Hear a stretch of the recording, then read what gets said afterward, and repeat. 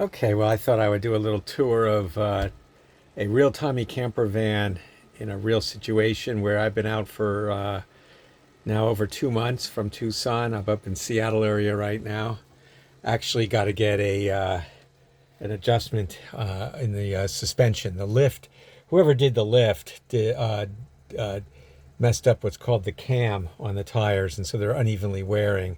And I've got to go to a suspension shop to have those taken care of. It's just something that I end up having to deal with.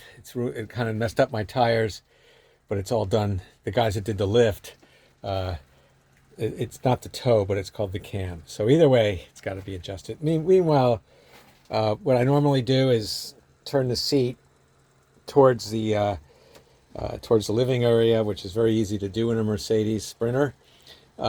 These seats are not particularly over comfortable. They're driving seats, so you need to put some pads and stuff on those seats to make them more comfortable, especially in the lumbar support area, especially if you have a sore back.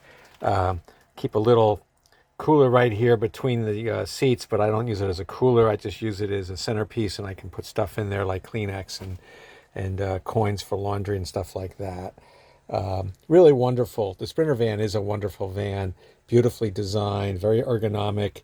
Other than the fact that the battery lasts only about 2 days, the house battery, which is underneath the floor there, only lasts a couple to 2.5 days because every time you open a door or the slider, it's burning juice. So big issue there. Either you got to drive it around. You don't want to idle the diesel, but idling will help if you have a DC to DC charger and you can charge off the alternator. I keep my hats up here. I put in these hooks. They're removable hooks. I did put in my own smoke alarm and carbon monoxide alarm just to have it. Tommy does. You can buy a overhead. You can buy an overhead storage compartment here. I think it was $350 plus or minus. I couldn't live without that, quite frankly. An amazing amount of heat gets generated through this cap and goes into the vehicle if you're in any kind of direct sun. So there's a bit of an issue there. Just an issue I didn't anticipate, how much heat comes off of that. So I do keep it covered here with one of my covers. I put a little wall here typically, and I just purchased a permanent divider here that goes in. So we'll see how that goes. Nice window in the car. I had the window put in the cargo door. These windows are side opening, so today's a rainy day. I got to keep them closed, otherwise rain comes in. Really nice job on the woodwork. This is all just steel. And then in my design, which was a bit of a mistake because I don't have any other seating area, I would have put a bench seat here, I think, and moved the fridge over here, that kind of stuff. So I don't really have, I can either sit here and I'm solo. If it's my wife, I have to get an Airbnb because two people just aren't going to operate in here very nicely. I have a cooler here. I use that as a seat sometimes, especially to get into the fridge. I sit here and open the fridge up and I can get in. I do have a problem with my lower back, so I can't be bending over 1,000 times. And then when you're sitting here, I use this stool here just to support my feet. And so the cabinets are great, lots of room, lots of space. I do think it goes a little too wide on these counters and cabinets, and so that narrows down this space here. I could have taken about that much, I don't know, 3 inches off of these cabinets and counters and created a little bit more aisleway because it gets a little bit too narrow, right? I did take out the 5-gallon gray water tank here, and I use that for storage. And so the sink itself this is my gray water right here, and I just dump that as I go along, and that's not a problem. I use the sink for storage and cleaners, toothbrush, some wipes and stuff like that. And I did put my own faucet in here. I had them put the short faucet in. You don't want these long ones that just get in the way. The problem with the wood, the butcher block is very nice, very popular, but the butcher block marks, I mean, no matter what you can do, I mean, this came with the marks. They put tools down here and just marked it up. But anything will dent and scratch this. I mean, you look at it and it scratches.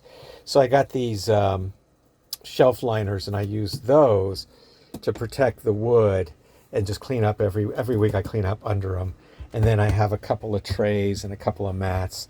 And so it's just a big effort to be protecting this wood. All of this can scratch very easily. You just look at it and it scratches, so you got to be careful. This is their Japanese wood that they do where they burn it. It's very pretty. I like it a lot. It does scratch. Look at it and it will scratch. These are sideways opening windows over the kitchenette, over the kitchen. I really like them, but you can't open them in the rain. So just be aware of that. You might want windows that open out. The showers, I think 24 by 24. I'm 6 foot. I have enough headroom. That's not a problem. The only problem in the showers is too small. You know, I shower every day. It's probably one of the most important features that I use in my van. And that's, so I have 20 plus gallons over the wheel well, and then I took the spare tire out and put 20 plus gallons in. So I got like 45 gallons of water, and I use about 1.5 gallons, maybe 2, to shower every day. Especially when I'm boondocking, that's important. This really needed to be wider. They do make a wider one. It's, again, my mistake. Didn't really know what I was doing. Didn't rent one of these. Didn't have an idea.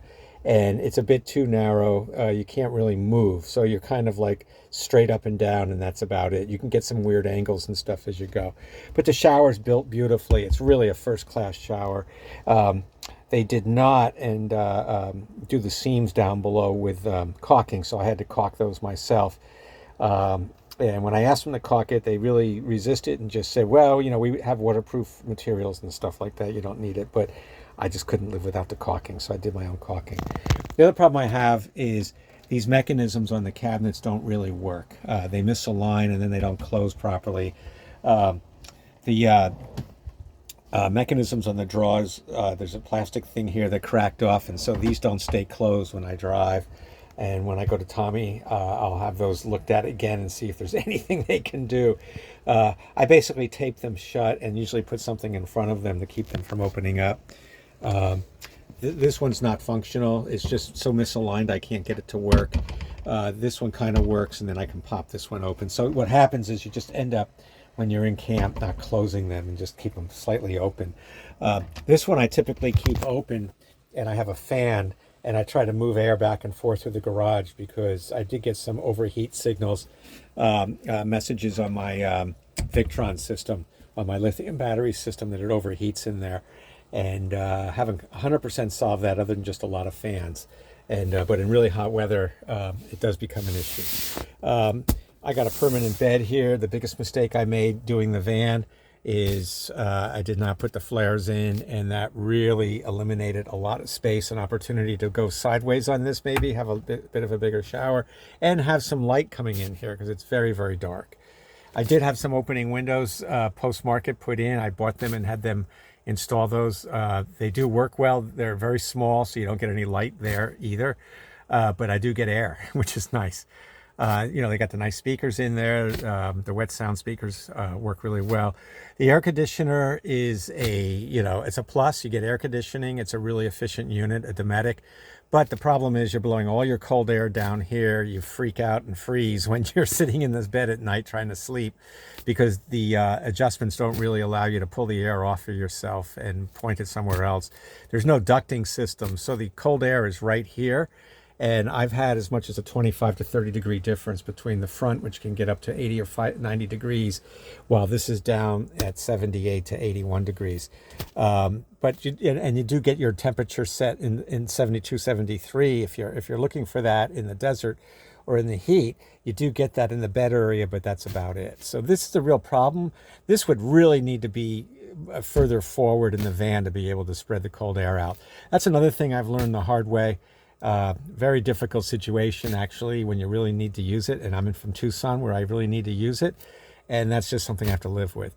So the three things that I did that were wrong in designing the van was I misunderstood and just didn't take into account that the shower needs to be a little bit bigger than this if you're really into showers. That you need to have flares. You need to break open these two walls. You really do. You need to have maybe the bed going east-west instead of north-south and create a little bit more space and room, and which you can do with flares. Again, these didn't work, and I couldn't get these to work properly. They weren't aligning right. Aftermarket, I put these in, had to buy these separately. They didn't come with the cabinets that Tommy delivered, so that was kind of uncool, but did it, and they installed them for me. And then I put magnets here, and I find that the magnets are a better solution for keeping these closed. And then if I'm really going off-road, which I do, I'll just tape them. I'll just put a little piece of tape there. So really nice, though. It's a beautiful bed area. It's very comfortable. I can live with it. I'm not going to make any changes. I've asked them to retrofit some flares in here. They said absolutely 0%. About $15,000 to disassemble and put back together. The whole thing would have to be disassembled because all of this is already in place. The wires are in place. It was just a huge mistake on my part. There's my wet sounds. That's my music. This is the hot water heater. Works great. Really great hot water heater. This is my Victron control system. I absolutely live on this and I love it, and it works really well. And they've given me now, it took a long time to get this thing understood. They had trouble explaining it to me. That electrician is gone. New electrician came on board, Mr. James, and James completely gave me the right education on the system, and I'm 94% there now and understand how it works finally. Really like the little power station right here for USB. This has the external lights, and the I can put my water pump on here. Water pump works great. Water system works great. Electrical works really great now after we had a few problems. The lights work really great. I'm really happy, you know. And I got to say, overall, this is fantastic. I mean, it really is. You know, I bought the van as a cargo van, and then they put this in. And, you know, this whole thing was only about, I mean, they didn't, you know, they charged me what? The base is 34, and then you make some adjustments so you get up to 40-ish. And then you throw some more batteries in, you're up to 50-ish. And, you know, and the van is like 70-ish. So you're talking about between 110 and 120,000 altogether, and you got yourself a real camper. I should point out there's a nice microwave here. That all works great. It's just perfect. Never gets in the way. So overall, that's my my van tour. And I don't produce videos. I don't do YouTubes and stuff. So it's just to walk through a real Tommy Campervan and what the real thing looks like sitting on a rainy day in Bothell, Washington, hanging out, waiting to go to Green Lake. So I love my Tommy Campervan. Hopefully you can learn from this.